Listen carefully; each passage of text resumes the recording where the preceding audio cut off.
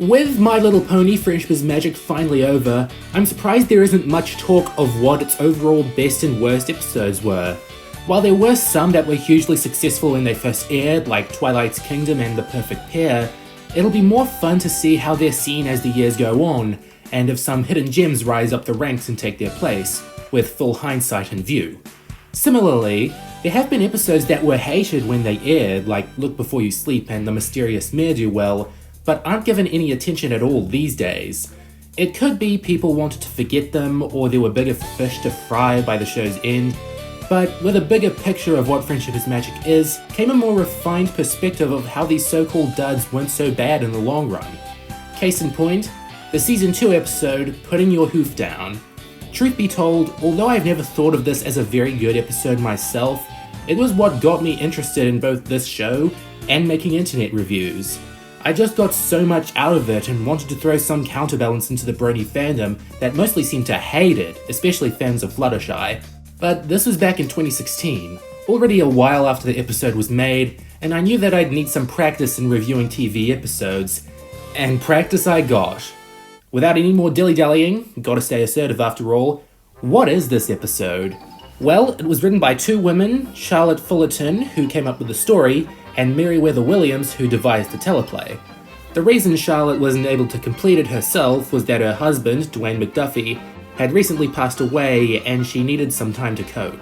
Looking at these two ladies' resumes, one mostly wrote for action shows and the other for wacky comedy shows, so it's no surprise that the episode would struggle to balance its tone to some extent. Both were series regulars in the early seasons, however, and both managed to inject a bit of themselves into their work, which is always a bonus. But again, you've got some tonal problems right out the gate. Fluttershy's feeding all her animal critters some, green dog treats, and serves a big salad for Angel Bunny, but he doesn't want to eat vegetables and would rather skip to dessert, so he forces her to make him a pudding. And he gets away with demanding more spoiling food and slapping his owner on the cheek, because Fluttershy's extremely passive, especially at this point in the show. Already she's not off to a cheerful start to the day, but things get worse as she goes to the market to pick up some ingredients, and can't because it's an unusually dog-eat-dog morning in Ponyville.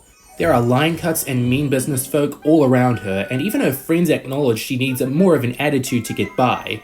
We'd never seen the Ponyville market up to this point, so if there was more of a reason for the place's rude atmosphere, that would enhance the scene, but instead it's all slow, mean, and hammers in the point that Fluttershy has no assertiveness skills. But her friends do, and Rarity's able to flirt to get what she wants, and Pinkie Pie plays mind games with her most intimidating adversary yet. I get that the tomato lady was nasty, but was this nerd character doing anything wrong? Rarity gets away with taking his asparagus by seducing him, but we've seen this before with a slightly more positive spin, so whatever, the nerd's happy. Unsurprisingly, Fluttershy can't pull off either of these tactics. Okay, 12 bits, that's my final offer. And doesn't get the cherry on top for Angel's food, so he kicks her out of the house. Are these Angel scenes meant to be jokes? And at that, jokes at the expense of abused women? I don't know if violence was necessary in pushing the story forward.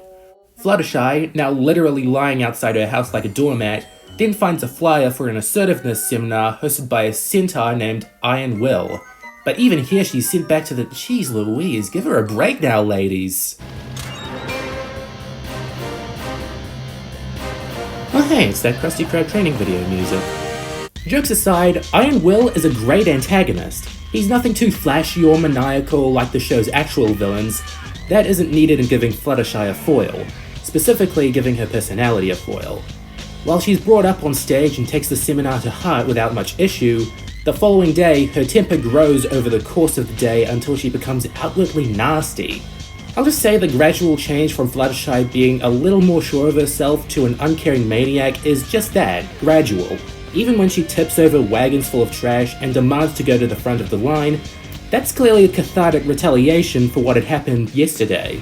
Though it would be better if it was those same ponies from yesterday being dumped on, but I'm sure kids and adults alike would understand that how she's handling the situation is wrong. And adults should completely understand it's because she's inexperienced with being assertive. But things go from bad to worse when she can no longer stand Pinkie Pie's laughter and acts violent towards men that so much as mildly inconvenience her. Eventually, Pinkie and Rarity confront her to say she's going too far, but she just insults them until they cry and run off, in what is easily one of the most uncomfortable moments in the show up to this point. At this point, she'd become a bit of a monster, acting worse than when she was corrupted by Discord earlier on, and this I can see as sobering to Fluttershy fans, traumatizing even depending on how attached they were to her. But right after this, even if it's not realistic, she reverts back to her timid self and locks her emotions up again. I think the writers were looking out for people who desperately wanted to sympathize with her, but it was almost too little too late. I say almost because she's very clearly regretful of how she acted, letting herself become a hermit in response, in what is thankfully the darkest this episode gets before it begins to turn itself around a bit. Pinkie and Rarity come around to check how she's doing, before Iron Will also enters to collect his fee. Fluttershy's friends try to assert themselves against him, but he's too tough for mere flirting and mind games. Rather, what breaks him is Fluttershy coming out and saying she wasn't satisfied with the seminar, and therefore she isn't willing to pay for it. No means no, huh?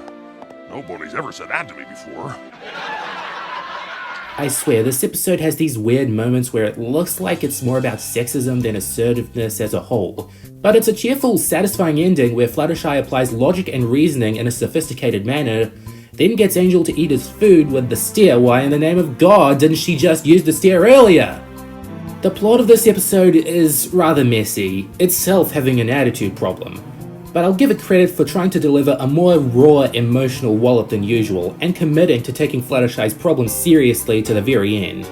Plus it has small, tidy plot points, like Fluttershy getting one piece of mail, which seems to be the bill she owes Iron Will, and without exception, even if not too bright at points, I'd say everyone was in character. Even Fluttershy, who went on a rampage, I can get that because she doesn't understand yet how the power of assertiveness could get to her head. Putting her aside, Rarity and Pinkie Pie were great, doing what they can for their friend in their own generous and fun-filled ways without warping her in the way Iron Will did. A guy who makes me like to rewatch the episode, honestly. He's got this immense charisma to him, going all out and showing how tough and mean he is, and anyone can succeed at that when their roadies are goats. Why goats? I don't know, season 2 had a weird sense of humour. But it has some of my favourite animation in the show, and this episode's nice and bouncy and still has that simple look, just the way I like it. Something I'll give the episode credit for that goes unnoticed is the staging, which is a little more on the nose at points, with Fluttershy being her own doormat and seeing herself as a monster with horns. But it's neat to see stuff like this worked into the story. I think that this episode's biggest crime, and what makes it so fascinating to me, is just how mixed the comedy is. Some jokes are really good and push the story forward, mainly pretty much anything Pinkie Pie says or does. Between her and Fluttershy's arc, Andrea Libman had her work cut out for her in voicing both. No, you want wimp Fluttershy. You want pushover Fluttershy. You want do anything to her and she won't complain Fluttershy. Too many Fluttershys to keep track of. On the flip side of things, some jokes are in really bad taste, namely most of what Angel does. I say most because this is kind of funny, and Iron Will flicking Fluttershy on the butt. What is this episode? Is it about sexism, misandry, bipolar disorder, a biting commentary on inflation? It feels like it could have been every subject matter at once at some point or another. Like they really wanted this to be the show's very special episode that would be more serious and preachy to get its point across. That's my 2 cents on the episode's production. I don't want to put words into a widower's mouth, especially regarding something from a sad point in her life. Nor do I want to accuse one of my favourite writers in animation of dumbing down what could have been an impactful story. I'll judge this episode based on its own merits, and I have to say, all the good and bad it does completely balances out in the end. I wouldn't rank it among my least favourite episodes of the early years, because I found it funny at points, and it made Fluttershy a more interesting character in the long run. Mostly. But I wouldn't say it's that good either. The plot doesn't really know what it wants to be, and is more interested in being mean-spirited to get your attention than staying cheerful and optimistic, like the good episodes do. Despite all the problems it has, I'd still recommend giving it a whirl, if you're a new fan at least. It's a perfect showcase of all the show's pros and cons, and the cons only continue to get more pronounced over time, so know when to put your hoof down. Goodbye for now.